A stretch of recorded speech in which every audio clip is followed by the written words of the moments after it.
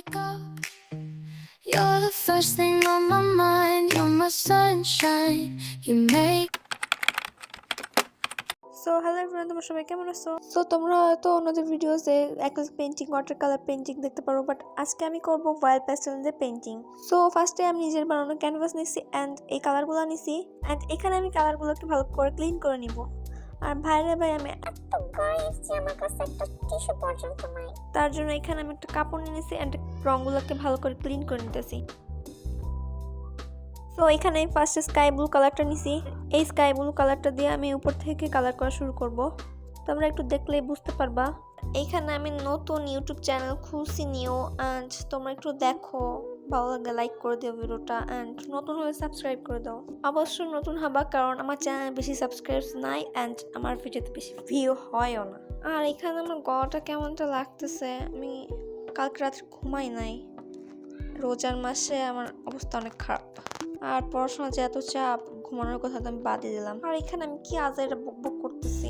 তোমরা দেখছো ব্লু ঘষার পরে আমি পিঙ্ক কালার ঘষছি অ্যান্ড দেন ইয়েলো কালার হালকা করে ঘষছি, এরপরে আবার পিঙ্ক কালার ঘষছি আবার কি জিনিস। আচ্ছা যাই হোক, আর আমি ঠিক করছি সামনে আমি আমার এই স্টুডিও সেটআপটা চেঞ্জ করব। আরে ভাই, এই স্টুডিওতে কি বা আছে, সামনে ধামাকা দেখবা তোমরা। এখানে আমি আবার ব্লু কালার দিয়ে ঘষতেছি, বারবার ঘষতেছি বলতেছি কেন। তারপর একটা কাপড় নিয়েছি অ্যান্ড এই রঙগুলোকে ভালো করে ব্লেন্ড করব। এখানে কালারগুলো ব্লেন্ড করার পর আমি একটু টাচ আপ করবো। তোমরা দেখলে বুঝতে পারবে, এখানে বলার মতন আসলে কিছুই নাই। আসলে এই পেন্টিংগুলো অনেক ইজি হয়, বাট অনেকেই ভাবে এটা অনেক কঠিন। আসলে করে দেখতে গেলে না বোঝা যায় এটা কতটা সহজ। তোমরা করে দেখবা অ্যান্ড তারপর বুঝতে পারবা যে এটা কতটা সহজ। অ্যান্ড কালারগুলো ব্লেন্ড করার পর আমি সেম প্রসেসে টাচ আপ করে দিচ্ছি রঙগুলো দিয়ে। এখানে পিঙ্কের জায়গায় হালকা লেভেন্ডার কালার চলে আসছে রং ব্লেন্ড করার জন্য। মানে এখানে আমি একবার ইংলিশ একবার বাংলা, মানে আমার ইচ্ছা সব। এরপর আমি ব্ল্যাক কালার নিব অ্যান্ড এখানে পাহাড় করে দিব, পাহাড়ের বর্ণ ভাষা দিব, মানে কি সব বলি।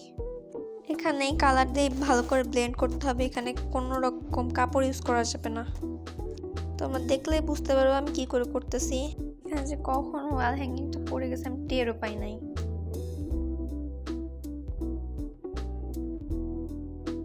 এটা ডান। তারপর আমি পানির ভিতরে এরকম করে পিঠা বানাই দিছি কালো কালার দিয়ে। তোমাদেরকে বললি তাড়াতাড়ি আমার 1K সাবস্ক্রাইবার পূরণ করে দাও তোমাদের জন্য, তাহলে নিউ ব্লগ নিয়ে আসবো।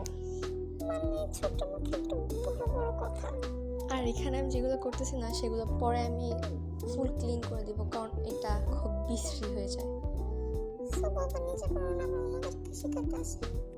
এটা ব্যাপার না, আমি শিখবো আর প্লাস তোমাদেরও শেখাবো। তারপর আমি এখানে অরেঞ্জ আর ইয়েলো কালার দিয়ে সূর্য বানিয়ে দিব।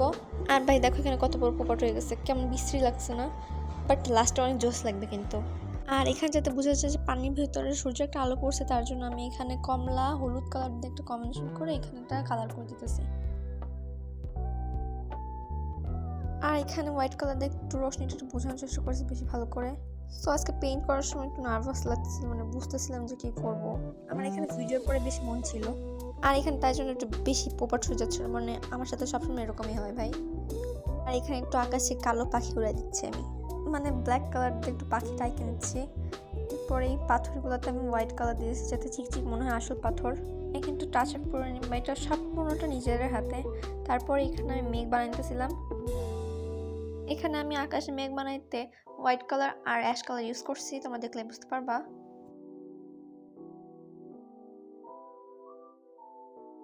তারপর আমি এই যে পোপার জায়গাটুকু আবার ঠিক করে দিছি, রিপেয়ার করে দিছি। এখানে আমি ভার্নিশে একটা কোড অ্যাপ্লাই করে নিচ্ছি। আর তোমাদের কাছে যদি ভার্নিশ না থাকে তোমরা একটা ফেভিকলের আঠা নিয়ে এসে ওটা একটা লেয়ার বানিয়ে দিবা, তাহলে এটা অনেক সুন্দর রিয়েলিস্টিক মনে হবে আর অনেক গ্লো করবে। আর এই ভার্নিশটা দিলে পেইন্টিং অনেক দিন ভালোও থাকে। ওয়েল পেস্টেল একটু গুঁড়া থাকে, ওইটাও আর হবে না। এটা দেখো পিছন সাইডটা আমি বানাইছি অ্যান্ড এই পেইন্টটা ডান। বাই।